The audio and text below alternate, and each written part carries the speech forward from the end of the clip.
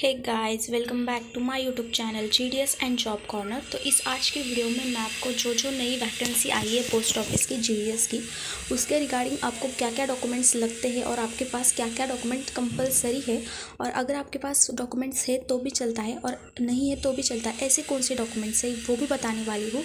और जो बहुत सारे लोगों के मन में, कैंडिडेट के मन में ये सवाल आता है कि कंप्यूटर सर्टिफिकेट और ड्राइविंग लाइसेंस कंपलसरी है क्या, तो उसके बारे में भी इस वीडियो में मैं आपको बताने वाली हूँ। और जो डॉक्यूमेंट्स मैं अभी बताने वाली हूँ, अगर आपके पास नहीं है तो वो बनवा लीजिएगा, क्योंकि वो डॉक्यूमेंट्स के सिवाय आपके डॉक्यूमेंट वेरिफिकेशन नहीं होता है। और जब आप फॉर्म फिल करने के लिए जाते हैं तब आपको कौन कौन से डॉक्यूमेंट्स लेकर आना है वहाँ से, ये भी मैं आपको बताऊँगी। तो इस वीडियो को पूरा देखिएगा, बिना स्किप करके देखिएगा। अगर वीडियो पसंद आई हो तो लाइक कर दीजिएगा और मेरे चैनल को सब्सक्राइब कर दीजिएगा। डॉक्यूमेंट्स के रिलेटेड कोई भी डाउट हो तो मुझे कमेंट सेक्शन में बताइएगा, मैं उसका आंसर देने की पूरी कोशिश करूँगी। तो पहले तो मैं आपको बता दूँ, जब आप फॉर्म फिल करते हो तब आपको डॉक्यूमेंट्स लगते हैं वो बहुत कम होते हैं, लेकिन जब आप डॉक्यूमेंट वेरिफिकेशन, मतलब जब आपका सिलेक्शन हो जाएगा तब आपका डॉक्यूमेंट वेरिफिकेशन होता है 2 बार, तब आपको दूसरे डॉक्यूमेंट्स लगते हैं। वो क्या क्या लगते हैं ये भी मैं बताऊँगी। तो सबसे पहले तो आपको, जब आप डॉक्यूमेंट, मतलब जब आप फॉर्म फिल करने जाते हो तब आप आधार कार्ड आपका कंपलसरी होता है। जैसे सबके पास आधार कार्ड होता है, वहीं से आपकी जो रजिस्ट्रेशन होती है वो चालू होती है। फिर आपके फ़ोटोज़ लगते हैं। फ़ोटोज़ आप आपके जो अभी के हाल फिलहाल की है, 4-5 मंथ के है, वही दे दीजिएगा। बहुत पुराने फ़ोटो मत दे दीजिएगा, वरना डॉक्यूमेंट वेरिफिकेशन के वक्त आपको बहुत दिक्कत आती है। फिर आपका जो एसएससी सर्टिफिकेट और मार्कशीट, तो सीबीएसई बोर्ड के लिए जो सर्टिफिकेट और मार्कशीट वो एक ही होता है, लेकिन कुछ कुछ जो स्टेट के कैंडिडेट होते हैं उनके लिए जो मार्कशीट और सर्टिफिकेट ये अलग होता है। तो आपके पास ये दोनों होने चाहिए जब आप फॉर्म फिल करने जाते हो तब। देन आपके पास जीमेल आईडी होना चाहिए। जब आप रजिस्टर करते हो तब आपके मोबाइल नंबर पर वो ओटीपी आता है और जीमेल आईडी पर भी ओटीपी आता है। वो जीमेल आईडी आपको संभाल कर अपने पास रखना है, क्योंकि जब आप सेकेंड, मतलब डॉक्यूमेंट वेरिफिकेशन के लिए जाओगे तब उसी के ही जीमेल पर आपकी पूरी प्रोसेस होगी। तो वो जीमेल आईडी आपको याद से रखना है कि आपने कौन सा जीमेल आईडी दिया था, वो आपको संभाल कर रखना है। फिर आपकी साइन देनी है। साइन आप मतलब जो बचपन से दे रहे हैं वही दे दीजिएगा साइन, वरना डॉक्यूमेंट वेरिफिकेशन के वक्त आपको दिक्कत आ सकती है। मैं बता दूँ, ये सेंट्रल गवर्नमेंट की जॉब है, तो इसके लिए ये डॉक्यूमेंट वेरिफिकेशन के वक्त आपकी बहुत सारी बारीक से बारीक डिटेल्स चेक की जाती है, तब आपकी साइन चेक की जाती है। जब आपकी साइन अगर अलग अलग आ रही है तो आपको दिक्कत हो सकती है, प्रॉब्लम हो सकती है। इसलिए ध्यान रखिएगा, जब आपने डॉक्यूमेंट्स के लिए जो साइन दी है वही साइन इसके लिए भी दे दीजिएगा। और जब आप ये सारी चीज़ें आपके जो है फॉर्म फिल करने के लिए आपके डॉक्यूमेंट्स लगते हैं। अब आपको डॉक्यूमेंट्स तो आपने सबमिट कर दिए, सब हो गया, लेकिन आपको जो है एप्लीकेशन फॉर्म वो देता है।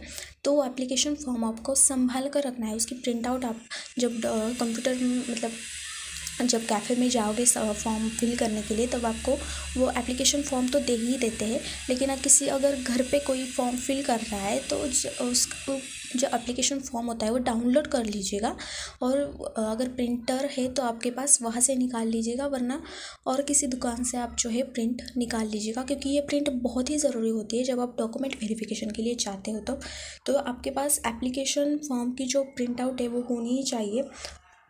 जो कैंडिडेट साइकिल 4 में सेलेक्ट हुए थे उनके कमेंट्स आ रहे थे कि हमारे पास एप्लीकेशन फॉर्म नहीं है तो हम क्या करें।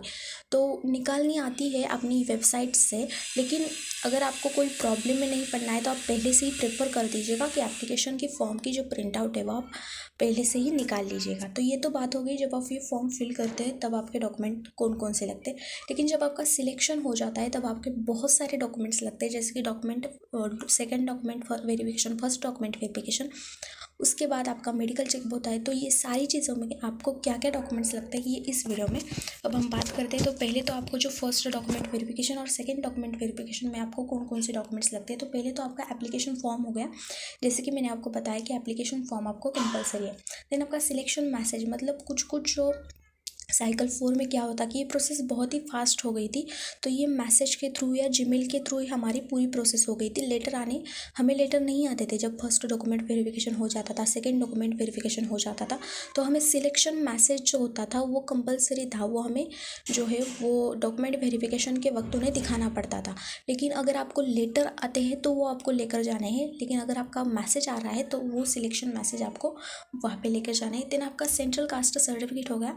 बहुत सारे लोगों के मन में डाउट होता है कि कास्ट सर्टिफिकेट और सेंट्रल कास्ट सर्टिफिकेट में क्या फ़र्क होता है। तो कास्ट सर्टिफिकेट आपका स्टेट का होता है और सेंट्रल कास्ट सर्टिफिकेट आप जब सेंट्रल गवर्नमेंट में जॉब लगते हो तो उसके लिए होता है। तो सेंट्रल कास्ट सर्टिफिकेट अगर आपके पास नहीं है तो बनवा लीजिएगा। उसकी कुछ वैलिडिटी होती है 1 या 2 ईयर्स की। तो जब आप सिलेक्शन हो जाओगे या उससे पहले आप बनवा लीजिएगा, क्योंकि ये बहुत इंपॉर्टेंट होता है। इसमें आने में वेट करना पड़ता है और आप डॉक्यूमेंट वेरिफिकेशन के लिए जाओगे तब आपके कुछ मतलब सेंट्रल कास्ट सर्टिफिकेट के कारण आप रिजेक्ट ना हो, इसलिए ये पहले से ही बनवा लीजिएगा। देन डोमासाइल आपके पास होगा, अगर नहीं है तो वो भी बनवा लीजिएगा। कास्ट वैलिडिटी कंपलसरी है। कास्ट वैलिडिटी आपको जब आप डॉक्यूमेंट वेरिफिकेशन के वक्त चाहते हो तब तो नहीं लगती है, वो आपको थोड़ा समय देते हैं, 2-3 मंथ्स देते हैं जब आप ज्वाइन करते हो उसके बाद। लेकिन कास्ट वैलिडिटी आपको बनवानी पड़ती है। रूल चेंज हो रहे हैं तो अभी से बनवा लीजिएगा। जैसे आप मेरा वीडियो देख रहे हैं तो आपको पता है कि कास्ट वैलिडिटी लगेगी तो आप बनवा लीजिएगा।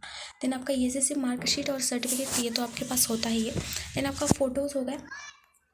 ये फ़ोटोज़ मतलब जब आपने एप्लीकेशन फॉर्म में जो फ़ोटो दिया था वही यहाँ पे फ़ोटो देना। देन आपका जो ड्राइविंग लाइसेंस होता है, अब बहुत सारे लोगों के मन में डाउट था कि जो ड्राइविंग लाइसेंस है कंपलसरी या नहीं है, क्योंकि जो बीपीएम का मतलब वर्क तो मतलब होता है कि पोस्ट ऑफिस में ही होता है, लेकिन एबीपीएम को लेटर देने पड़ते हैं, तो उसके लिए ड्राइविंग लाइसेंस कंपलसरी या नहीं है। तो जैसे कि आपको अगर साइकिल भी आती होगी तो भी चलती है, और अगर आपको जो 2 व्हीलर आती होगी तो भी चलती है। तो 2 व्हीलर जिनको आती है उनके पास तो ड्राइविंग लाइसेंस होता ही है।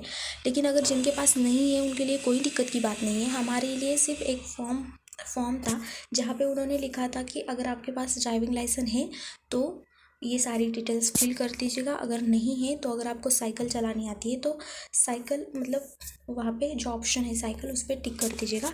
अगर आप साइकिल चलानी आती है तो आपके पास कोई ड्राइविंग लाइसेंस नहीं होता है उसका तो भी बात चलती है, लेकिन ड्राइविंग लाइसेंस कंपलसरी नहीं है। अगर जिनके पास नहीं है उनके लिए कोई दिक्कत की बात नहीं है, जिनके पास है उनके लिए बहुत अच्छी बात है। अगर आपका कंप्यूटर सर्टिफिकेट, अब कंप्यूटर सर्टिफिकेट के रिलेटेड बहुत सारे लोगों के मन में डाउट है कि हमारे पास कंप्यूटर सर्टिफिकेट नहीं है ऐसे, तो कंप्यूटर सर्टिफिकेट क्या कंपलसरी है क्या? यस, कंप्यूटर सर्टिफिकेट कंपलसरी है, वो भी 16 डेज़ का आपका कंप्यूटर सर्टिफिकेट होना चाहिए।